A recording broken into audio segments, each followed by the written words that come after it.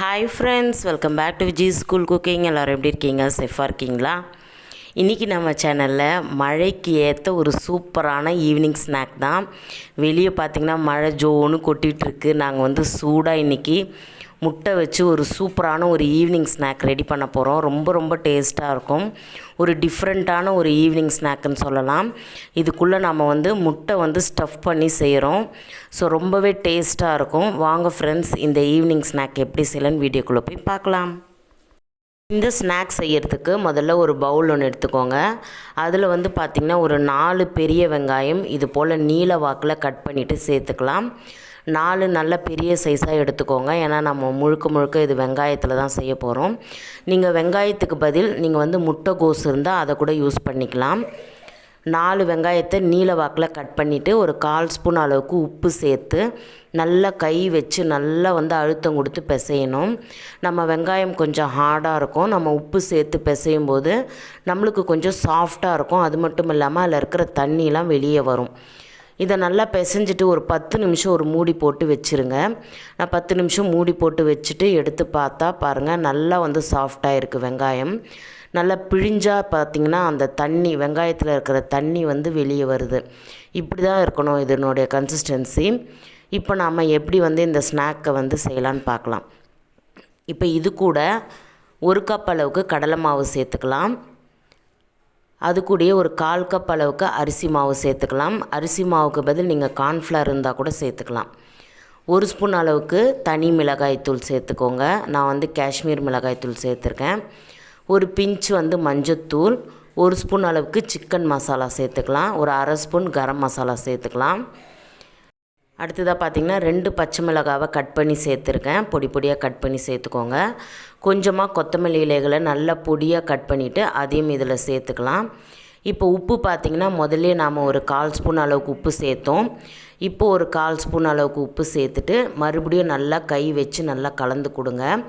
நல்லா கலந்து கொடுத்ததுக்கப்புறமா நீங்கள் கொஞ்சமாக தண்ணி விட்டு நாம் ஒரு போண்டா பதத்துக்கு பிசைஞ்சு எடுக்கணும். இப்போ பார்த்திங்கன்னா நான் கொஞ்சமாக ஒரு 1/4 டம்ளர் அளவுக்கு தான் நான் தண்ணி சேர்த்துருக்கேன். ரொம்ப தொலைன்னு தண்ணி சேர்த்துடக்கூடாது. சப்போஸ் உங்களுக்கு ரொம்ப தண்ணியாகிடுச்சுன்னா நீங்கள் இன்னும் கொஞ்சம் கடலை மாவு சேர்த்துக்கலாம். இப்போ பார்த்திங்கன்னா நல்லா பிசைஞ்சாச்சு. இந்த கன்சிஸ்டன்சியில் வரணும். இப்படி தான் இருக்கணும். ரொம்ப தண்ணியாகவும் இருக்கக்கூடாது, ரொம்ப கெட்டியாகவும் இருக்கக்கூடாது. இந்த மாவை நீங்கள் எடுத்து பார்த்திங்கன்னா இது போல் போண்டா போடுற அளவுக்கு இந்த மாதிரி உருட்டி பாருங்கள். இதுதான் கரெக்டான கன்சிஸ்டன்சி. இப்படி இருக்கணும்.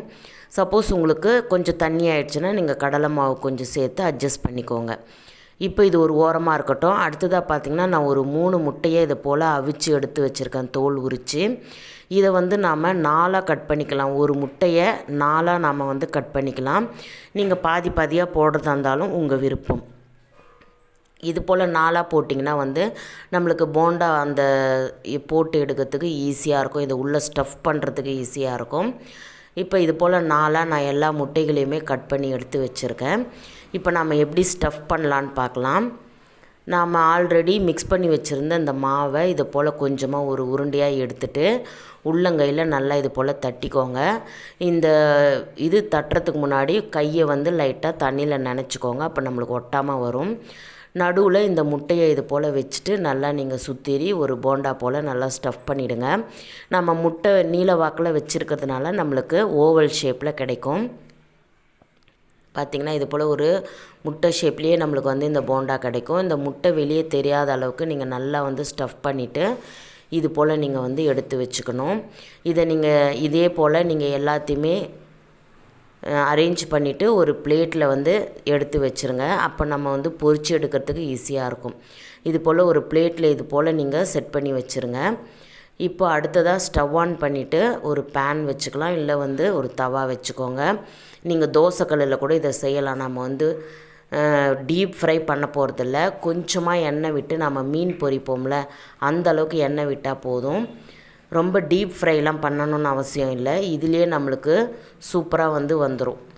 இப்போ நான் ஒரு 5 சேர்த்துருக்கேன். பேட்சாக நீங்கள் பொரிச்சு எடுக்கலாம். ஷாலோ ஃப்ரை தான் நம்ம பண்ண போகிறோம். ஒரு சைடு வந்து நல்லா வெந்ததும் ஒரு 2 நிமிஷம் நல்லா வெந்ததுக்கப்புறம் நீங்கள் திருப்பி போட்டுக்கோங்க. நாம் வந்து கடலை மாவு சேர்த்துருக்கிறதுனால நீங்கள் வந்து சிம்மில் தான் வச்சுட்டு இதை பொரித்து எடுக்கணும். அப்போ தான் கடலை மாவு நல்லா நம்மளுக்கு வெந்து கொடுக்கும்.